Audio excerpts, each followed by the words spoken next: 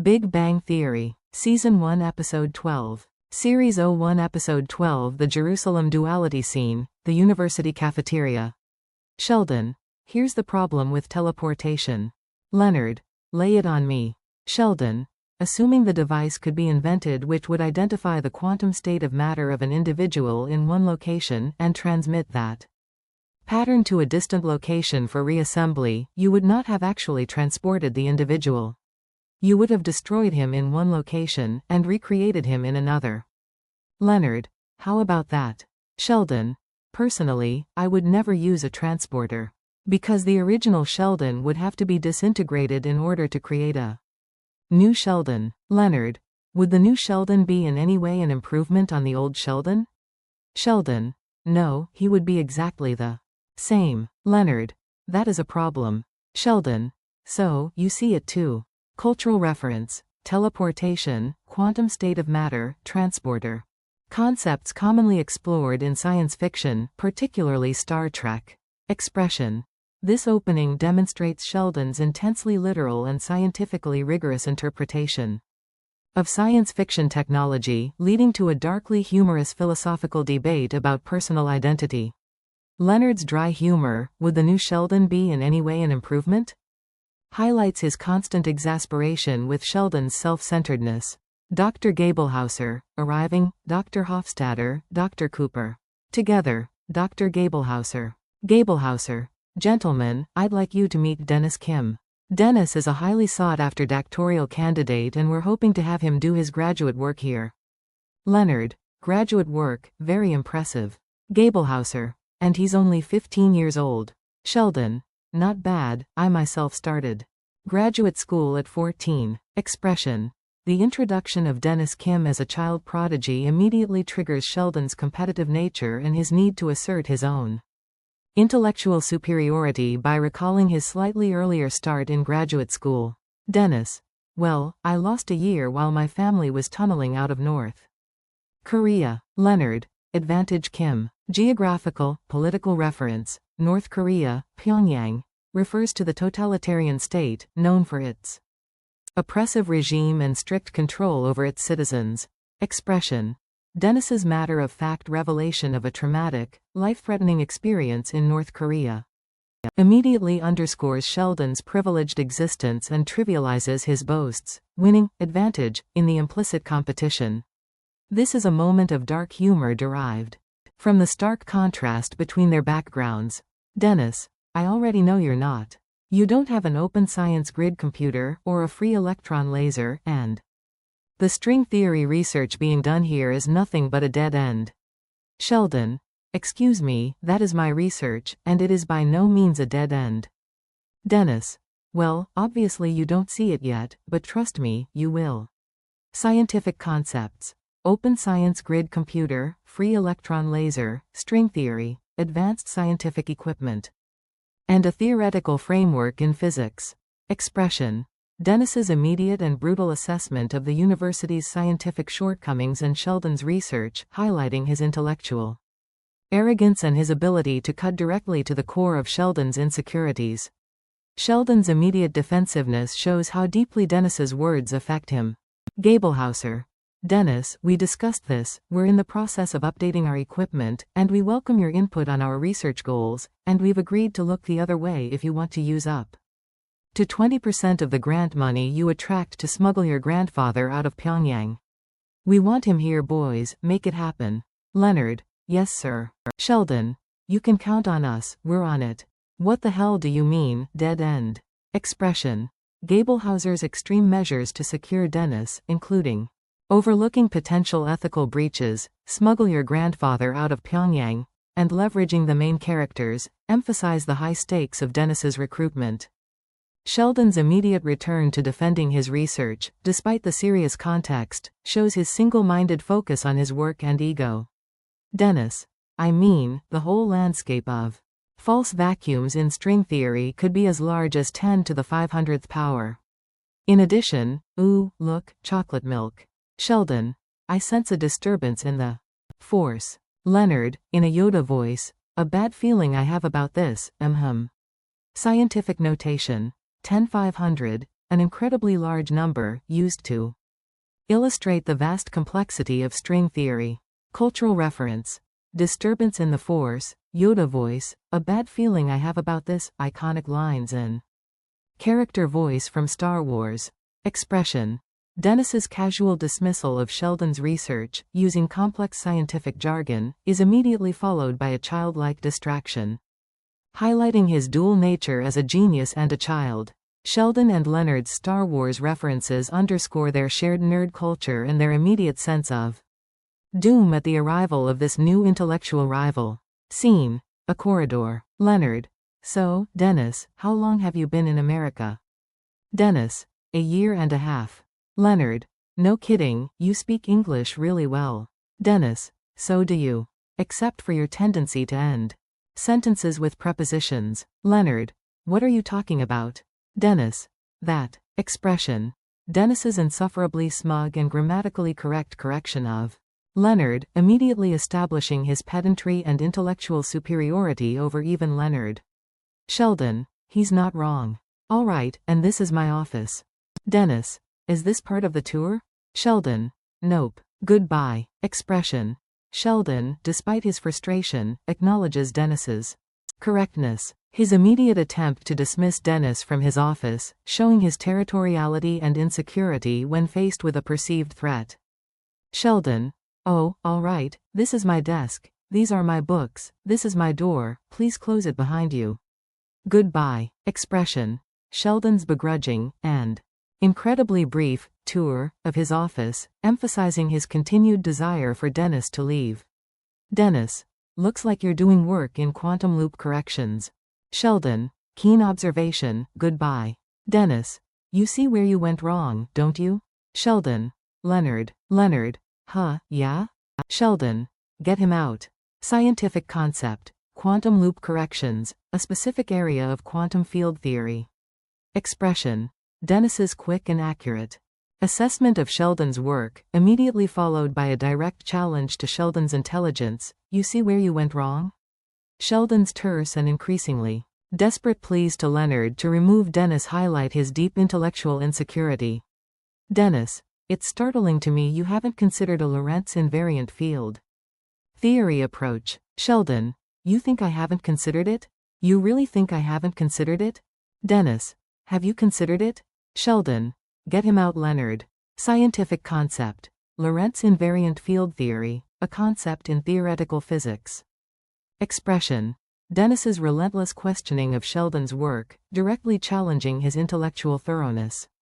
Sheldon's repeated, almost childlike appeals to Leonard, get him out. Leonard, show his unraveling composure in the face of a superior intellect.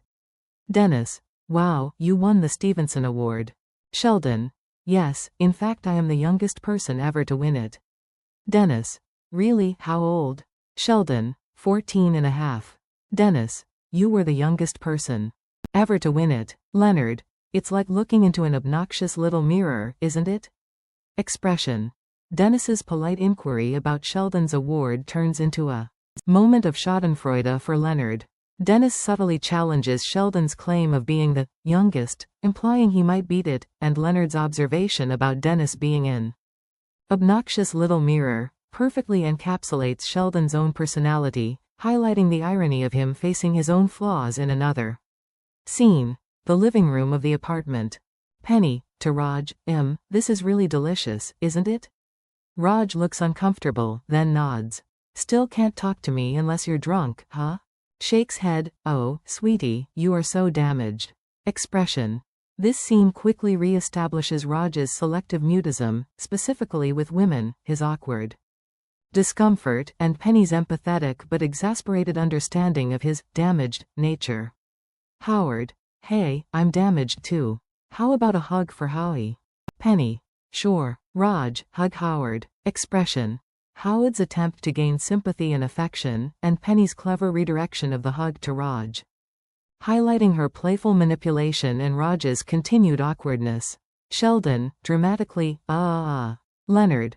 Something you'd like to share? A tale of woe perhaps. Sheldon. 15 years old. Dennis Kim is 15 years old, and he's already correcting my work. Today I went from being Wolfgang Amadeus Mozart to, you know, that other guy. Howard, Antonio Salieri? Sheldon. Oh, God, now even you're smarter than me. Cultural reference. Wolfgang Amadeus Mozart, Antonio Salieri, famous classical composers, with Salieri often, though historically inaccurately, portrayed as Mozart's jealous rival in popular culture. Expression. Sheldon's dramatic breakdown, comparing himself to Mozart. Overshadowed by Dennis Kim, and his further humiliation when Howard correctly identifies Salieri, underscoring his spiraling insecurity and intellectual jealousy. Sheldon. Why waste food? In Texas, when a cow goes dry, they don't keep feeding it, they just take her out and shoot her between the eyes.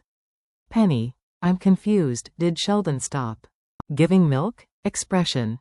Sheldon's self-pitying and dark analogy, a cow going dry, to describe his perceived intellectual obsolescence, which Penny comically misinterprets literally, highlighting her lack of understanding of his abstract thought processes. Leonard. You can't let this kid get to you. You always knew that someday someone would come along who was younger and smarter.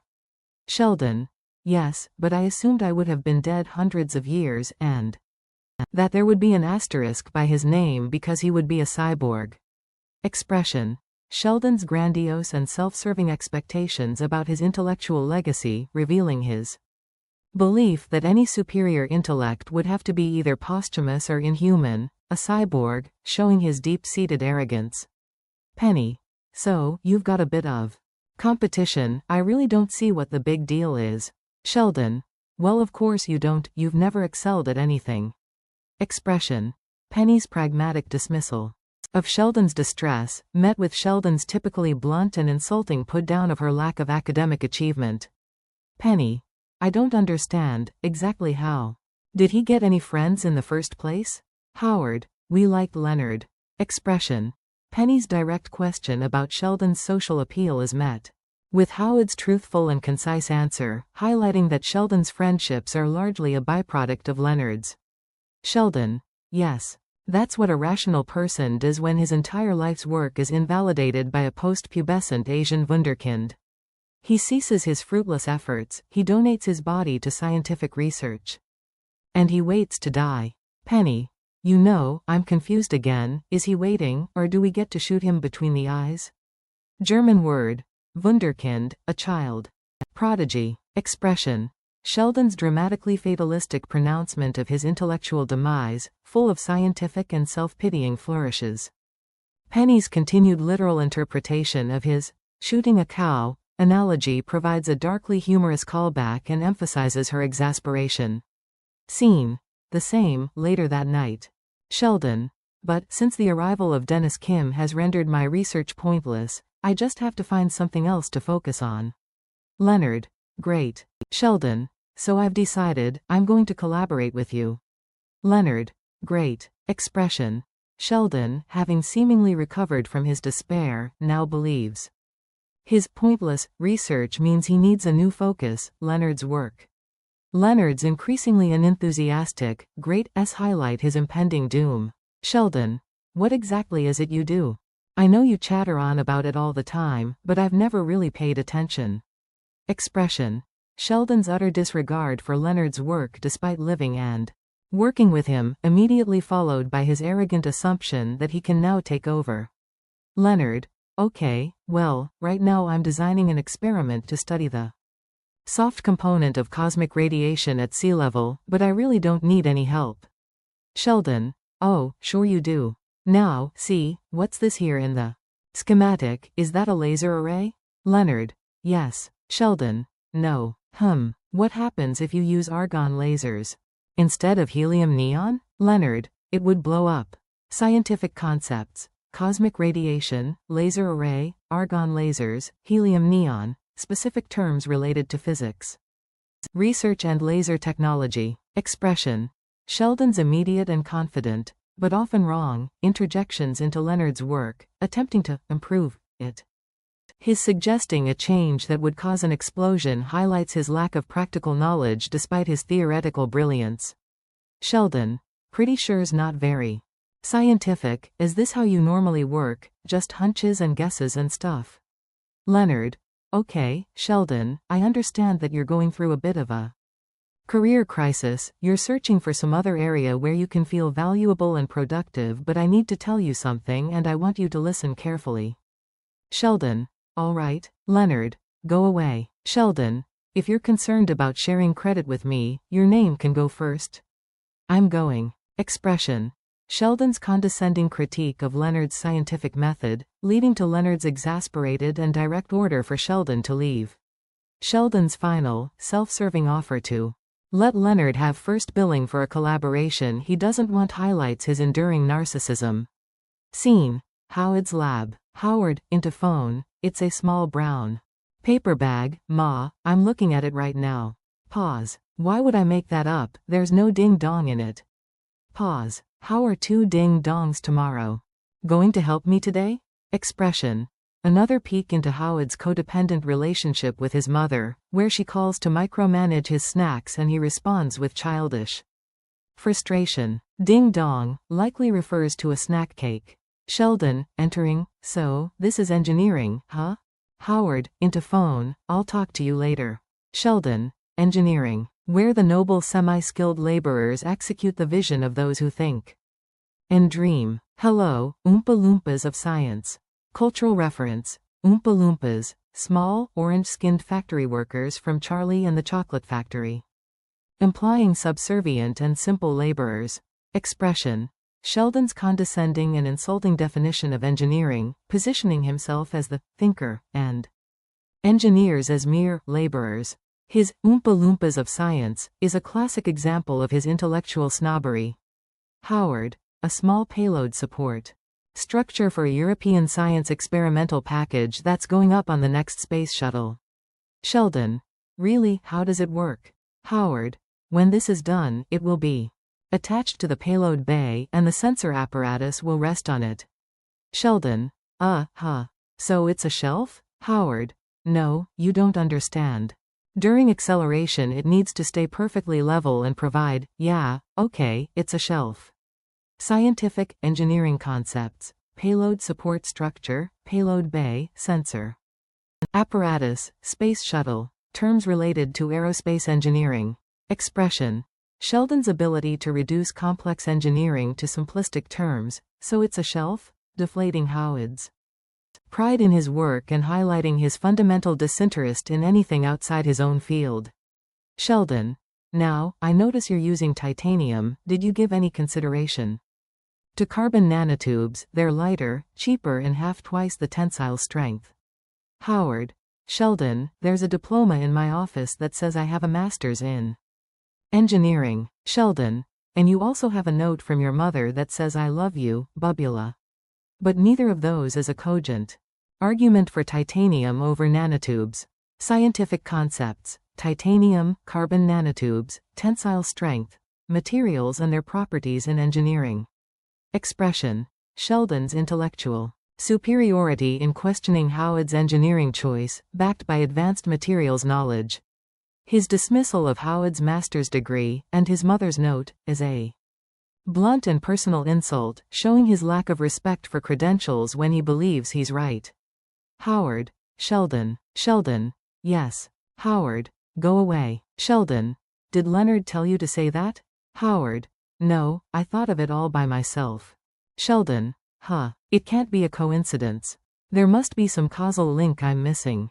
Expression. Howard, like Leonard, resorts to directly telling Sheldon to leave. Sheldon's inability to comprehend that multiple people might dislike his behavior, instead searching for a causal link, or external explanation, highlights his social blindness.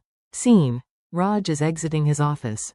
Raj. Go away. Sheldon exits. Sheldon, curiouser and curiouser. Cultural reference. Curiouser and curiouser. A famous line from Lewis Carroll's Alice's Adventures in Wonderland. Expression. Raj, normally timid, also tells Sheldon to leave, solidifying the pattern. Sheldon's Alice in Wonderland quote shows his intellectual processing of his social rejection as a scientific anomaly. Scene. The apartment. Raj. Do you know what he did? He watched me work for 10 minutes, and then started to design a simple piece of software that could replace me. Leonard. Is that even possible? Raj. As it turns out, yes. Expression. Raj's frustrated revelation that Sheldon is now attempting to automate his job, further highlighting Sheldon's disruptive help and his sheer intellectual capacity to make himself indispensable, or make others obsolete. Howard. Something's got to be done about him, Leonard. Leonard. Like what? He'll never be able to cope with the fact that some 15-year-old kid is smarter and more accomplished than he is. Raj. Well, what if something were to happen to this boy so he was no longer a threat to Sheldon? Howard. Then our problem would be solved. Leonard. Hang on, are we talking about murdering Dennis Kim? I'm not saying no. Expression. The guy's escalating desperation to remove Dennis Kim, culminating in Leonard's shockingly casual acceptance of the idea of murder, demonstrating the extreme lengths they would go to for peace and Sheldon's stability. Raj. We can't send him back to North Korea. He knows how to get out. Howard. The only thing we need to do is make this Kim kid lose his focus. Leonard. That won't happen, he's not interested in anything but physics. Howard. What about biology? Leonard. What? Howard. You know, biology? The one thing that can completely derail a world-class mind. Expression. The guy's brainstorming for less violent solutions, leading to Howard's cynical but accurate observation that biology, i.e., sexual attraction, adolescent hormones, can distract even the most brilliant minds, based on his own experience. Howard. Yeah, so, when I was 15 I met Denise Palmieri and my grade point average fell from a 5.0 to a 1.8. Raj. She was sleeping with you? Howard. No, I just wasted a lot of time thinking about what it would be like if she did. Expression. Howard's candid, and slightly pathetic, confession about his own teenage obsession and how it derailed his academic performance, providing a relatable anecdote for their plan. Raj's immediate, hopeful question about sex is met with Howard's typical, less than successful reality. Sheldon, entering. Oh, good, you're all here. Look, I've decided that if the three of you drop whatever it is you're working on and join me, we could lick cold fusion in less than a decade, 12 years tops. They stare at him. Go away? They nod. Could it be me? Scientific concept. Cold fusion. A hypothetical nuclear reaction occurring at room temperature, considered highly improbable by mainstream science. Expression. Sheldon's re-entry with a grandiose and impossible plan, cold fusion, expecting his friends to drop everything and join him.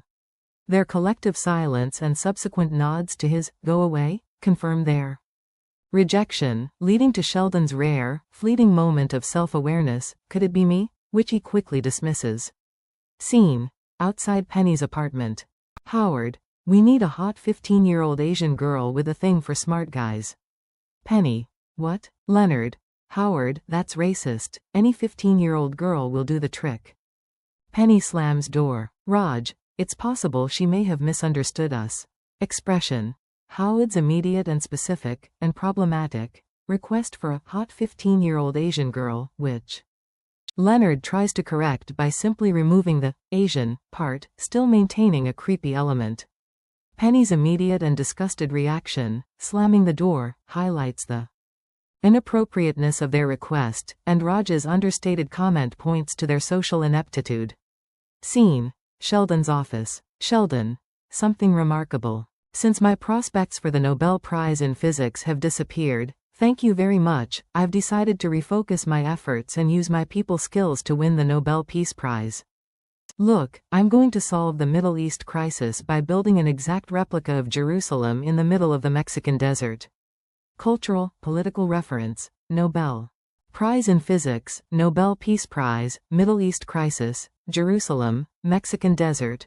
Sheldon's shift from physics to politics, proposing a highly simplistic and absurd solution to a complex geopolitical conflict. The Jerusalem duality refers to the literal and metaphorical two Jerusalems Sheldon intends to create. Expression. Sheldon's grandiose and utterly naive new ambition, believing his people skills, which he clearly lacks, can solve global conflicts. His plan to build a replica Jerusalem in the Mexican desert is the epitome of his lack of real-world understanding and his tendency to think in literal, scientific solutions to human problems. Gablehauser. To what end? Sheldon. You know, it's like the baseball movie, build it and they will come. Gablehauser. Who will come? Sheldon. The Jewish people. Gablehauser. What if they don't come? Sheldon. We'll make it nice, put out a spread. Cultural reference. Build it and they will come, a famous line from the film Field of Dreams. Expression. Sheldon's oversimplified application of a movie quote to a complex religious and political issue, showing his childlike understanding of human motivation. His solutions, make it nice, put out a spread, further highlight his naivety. Sheldon. Of course he has, the Oracle told us little Neo was the one. You can see the Matrix, can't you? Gablehauser. Okay, well, obviously. You're very busy with your, come Dennis. You'll have to excuse Dr. Cooper, he's been under a lot of, he's nuts. Cultural reference. Neo, The Matrix. Oracle. References to the Matrix film franchise, where Neo is the chosen one. Expression. Sheldon's continued descent into delusional thinking, comparing Dennis to Neo from The Matrix. Gablehauser's increasingly uncomfortable attempts to excuse Sheldon, culminating in his blunt assessment that he's nuts, clearly indicates Sheldon's perceived mental instability to others. Sheldon, voice off, sings to a Mexican tune, la la la, Hava Nagila. They'll come, they'll settle and I'll win the prize. Cultural reference. Hava Nagila, a traditional Jewish folk song, often sung at celebrations. Expression. Sheldon's absurd, and culturally insensitive, blending of a Mexican tune with a Jewish folk song, further emphasizing his detachment from reality and his deluded pursuit of the Nobel Peace Prize. Scene. The welcoming party. Sheldon. I really don't understand your objections, Professor Goldfarb. Why wouldn't the Sonoran Desert make a perfectly good promised land? Goldfarb. Go away. Sheldon. We could call it Nuevo Jerusalem. Goldfarb. Please go away. Sheldon. Said Pharaoh to Moses. Historical, religious reference, Sonoran Desert, Promised Land, Pharaoh to Moses. References to the biblical story of Exodus and the Jewish people's journey to the Promised Land.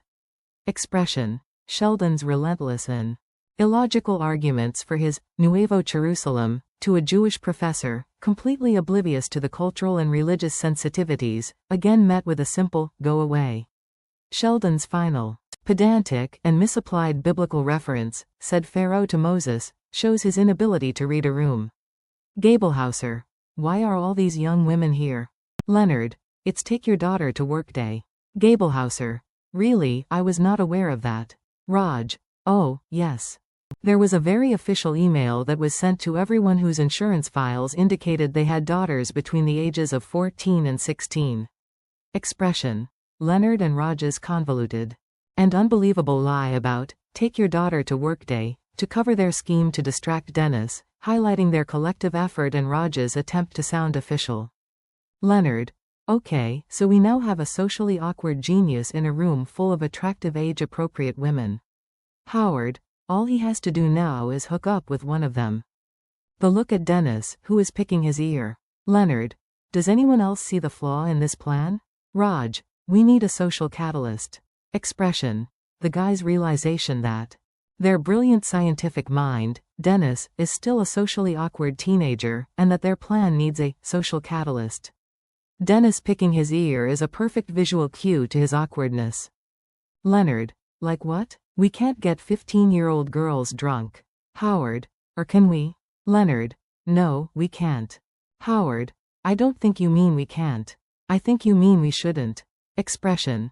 Howard's immediate, and disturbing, leap to illegal and unethical methods to achieve their goal, and Leonard's attempt to keep them grounded. Howard's semantic nitpicking, can't, versus shouldn't, highlights his morally flexible nature. Sheldon. Hey, Howard. You're a Jew. If there was another Wailing Wall, exactly like the one in Jerusalem, but close to taco stands and cheap prescription drugs, would you still be able to wail at it? Okay, it's definitely me. Cultural, religious reference. Wailing Wall, taco stands, cheap prescription drugs. The Western Wall, or Kotel, in Jerusalem, a holy site for Jewish prayer, juxtaposed with secular and commercial elements. Expression. Sheldon's absurd and culturally insensitive question to Howard, again demonstrating his lack of social awareness and his reductive view of religious practices. His repeated, and quickly dismissed, moment of self-awareness, "Okay, it's definitely me," as a running gag. Raj. "Okay, how about that one?" Howard. I know the type, cheerleader, student council, goes out with jocks, won't even look at anybody in the gifted program. And if, after 2 years of begging, she does agree to go out with you, it turns out to be a setup and you're in the back seat of your mom's car with your pants off while the whole football team laughs at you. Expression. Howard's bitter and specific flashback to his own high school trauma, revealing a deep-seated insecurity related to popular girls and academic nerds. Raj. Are you crying? Howard. No, I have allergies. Expression. Howard's immediate denial, maintaining his self-image while clearly distressed. Leonard. Sure, if he wants to spend a couple of years doing her homework while she drinks herself into a stupor with non-fat white Russians, while you're the one holding her head out of the toilet while she's puking and telling you she wishes more guys were like you, and she gets into Cornell because you wrote her essay for her, and you drive up to visit her one weekend and she acts like she doesn't even know you. Cultural reference. Non-fat white Russians, Cornell. A variation of a cocktail, popularized by the Big Lebowski, a prestigious Ivy League university. Expression. Leonard's equally specific and bitter flashback to his own relationship trauma, revealing his history of being used and rejected by women he helped academically. This shows their shared experience of being nerdy and exploited. Howard. Interesting, kind of pretty, a little chubby, so probably low self-esteem. Leonard. I think that's our girl. One of us should go talk to her. Raj. I can't talk to her, you do it. Leonard. I can't just go up and talk to her. Howard. You talk to her. Howard. Oh no, she'll never go for the kid once she gets a peek at this. Expression. Howard's cynical and demeaning assessment of the girl's self-esteem as a factor for their plan. The collective inability of the guys to actually talk to a girl, despite their elaborate schemes, highlights their social anxiety. Howard's final comment implies his package, a euphemism, is too appealing for the girl to stick with Dennis, a typical Wolowitz boast. Raj. You know, if we were in India this would be simpler. 5 minutes with her dad, 20 goats and a laptop and we'd be done. Leonard. Well, we're not in India. Raj. All right, why don't we do it your way then? We'll arrange for this girl to move in across the hall from Dennis so he can pathetically moon over her for months on end. Cultural reference. Arrange. Marriage, dowry, goats and a laptop.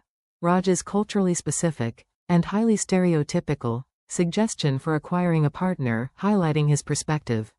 His subsequent sarcastic suggestion of Leonard's way is a direct, cutting jab at Leonard's own relationship with Penny, implying it was a similar, drawn-out affair. Gablehauser. Mr. Kim was not only the valedictorian at Stanford University, he is also the youngest recipient of the prestigious Stevenson Award. Sheldon. Youngest till the cyborgs rise up. Expression. Sheldon's continued jealousy and bitterness, clinging to his cyborg theory as the only way Dennis could surpass him. Dennis. No thanks. I'm going to the mall with Emma. Gablehauser. Leonard. The kid got a girl. Raj. Unbelievable. Howard. Did anyone see how he did it? Expression.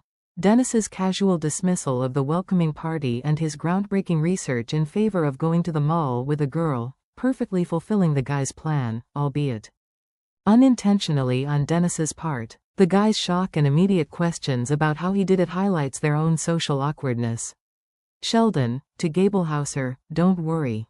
I've got this. Ladies and gentlemen, honored daughters.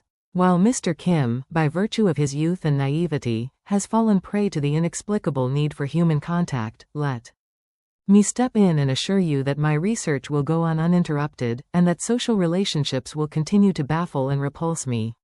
Thank you. Howard. He's back. Leonard. Yeah, mission accomplished. Raj. Forget the mission, how did that little Utes get a girl on his own? Yiddish word. Utes, a foolish or contemptible person. Expression. Sheldon's dramatic return to his previous persona, asserting his superiority by dismissing social relationships as inexplicable and repulsive, indicating that Dennis's distraction has indeed allowed Sheldon to regain his intellectual confidence. The guy's reaction, "He's back, mission accomplished," confirms the success of their unintentional plan. Raj's use of "utes" shows his continued frustration with Dennis's unexpected social triumph. Howard, "I guess times have changed since we were young. Smart is the new sexy." Leonard, "Well, why do we go home alone every night? We're still smart." Raj, "Maybe we're too smart. So smart it's off-putting." Howard, "Yeah, let's go with that." Expression, the guy's attempts to rationalize their continued romantic failures, first suggesting smart is the new sexy, which contradicts their own experience, then landing on the self-serving, and likely false, conclusion that they are too smart, maintaining their intellectual pride. Scene, the park. Howard, "Unbelievable. Components I built are on the International Space Station, and I get a ticket for launching a model rocket in the park." Leonard, "I don't know if the ticket was so much for the launch as it was for you telling the policewoman, 'You have to frisk me, I have a rocket in my pants.'" Cultural reference, International Space Station, an orbiting research laboratory. Expression, Howard's complaint about getting a ticket despite his impressive engineering accomplishments, immediately undercut by Leonard's revelation of Howard's lewd and inappropriate comment to the policewoman, highlighting his persistent sexual misconduct. Raj, "Hey, look at that. There is a group of youngsters on the grass, laying about. One is playing a guitar. Dennis Kim is among them. He is drinking something from a bottle in a brown paper bag. It's Dennis Kim." Howard, "Wow, I almost didn't recognize him." Raj, "You know, I kind of feel bad about what we did to him. Dennis is now snogging the face off Emma." Leonard, "Yeah, we really ruined his life." Sheldon, "Screw him, he was weak." Expression, the visual confirmation that Dennis has been thoroughly derailed by biology, fitting in with typical teenagers and engaging in public displays of affection and underage drinking. The guy's sarcastic and self-serving declarations that they ruined his life are amusing. Sheldon's final, cold assessment, "Screw him, he was weak," perfectly encapsulates his social Darwinism and his complete lack of empathy, suggesting that Dennis's fall from intellectual grace was a personal failing.